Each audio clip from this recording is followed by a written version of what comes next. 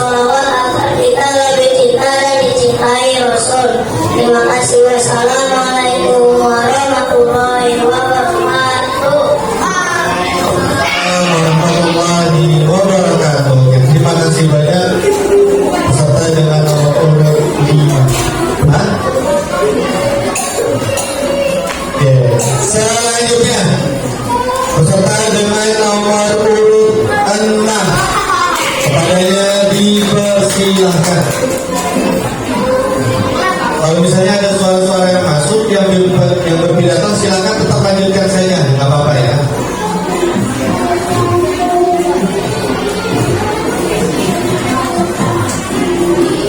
Bismillahirrahmanirrahim. Kalau ingin mendapatkan rahmat, jawablah salam saya dengan semangat. Assalamualaikum warahmatullahi wabarakatuh.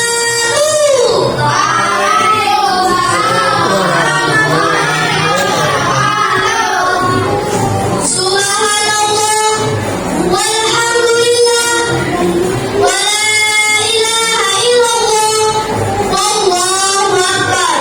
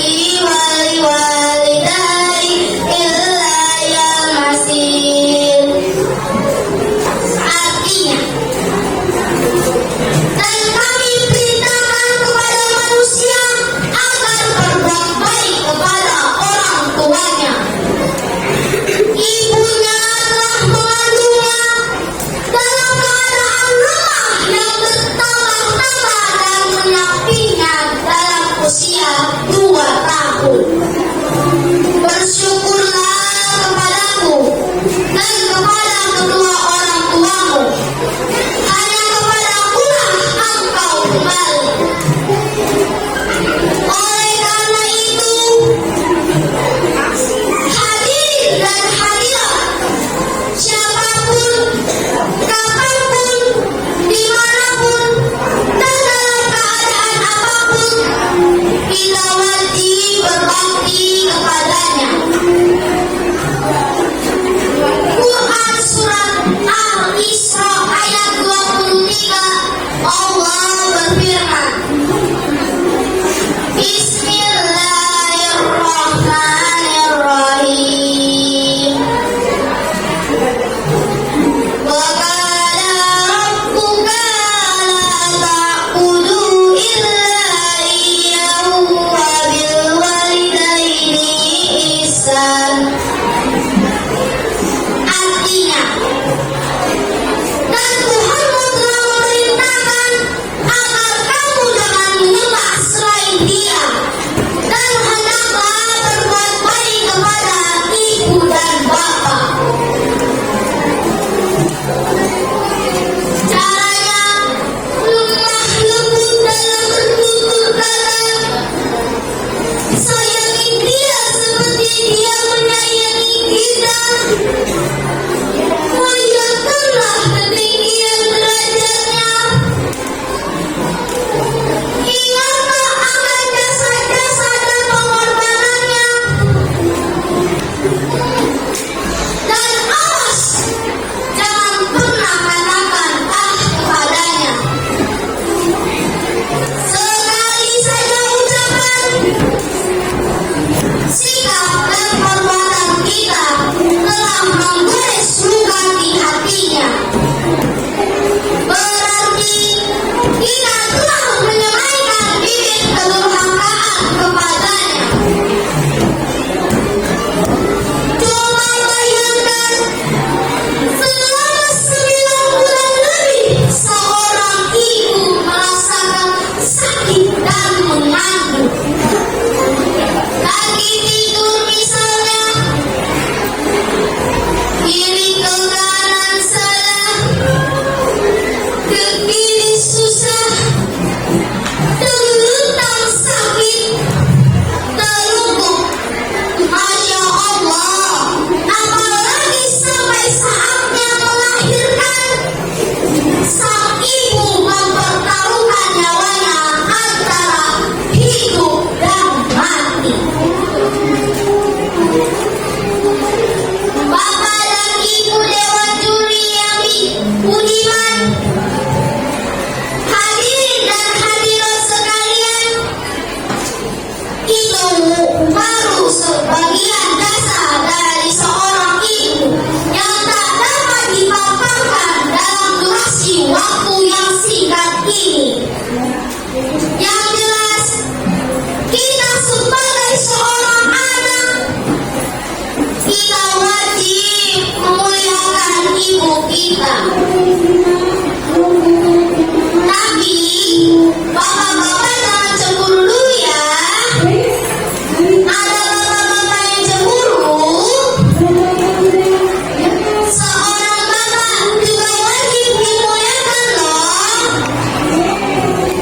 Tapi kapasitasnya beda dengan ibu. Derajat seorang ibu untuk dimuliakan lebih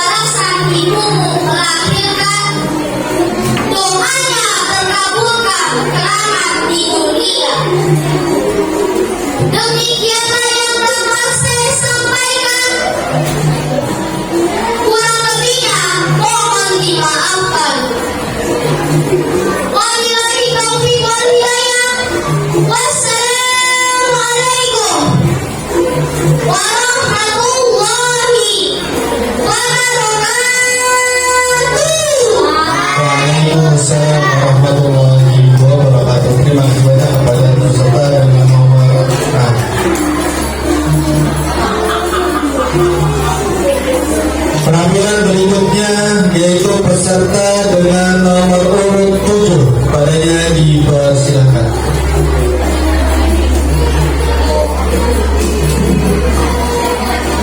Assalamualaikum warahmatullahi wabarakatuh. Waalaikumsalam warahmatullahi wabarakatuh. Waalaikumsalam warahmatullahi wabarakatuh.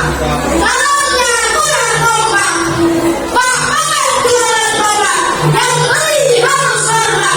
Kalau kita mampu menghadapi Muhammad, jawab salam saya dengan semangat. Assalamualaikum warahmatullahi wabarakatuh.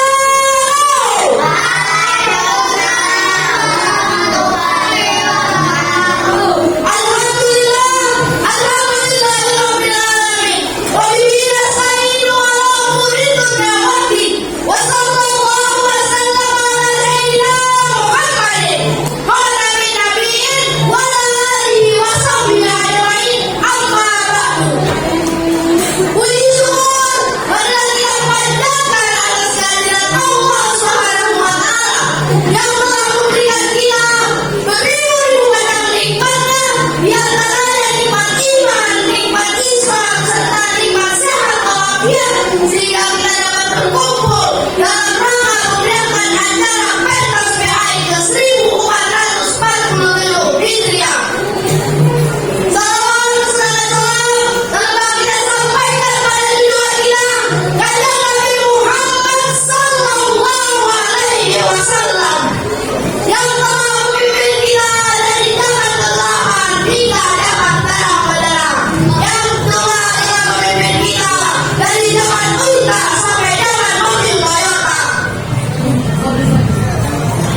Dewan juri yang saya hormati dan teman-teman yang saya banggakan, perkenalkan, nama saya Haidar Al-Farabi dari SDN Jenderal Yulia, ingin menyampaikan pidato yang bertema mencintai Rasulullah.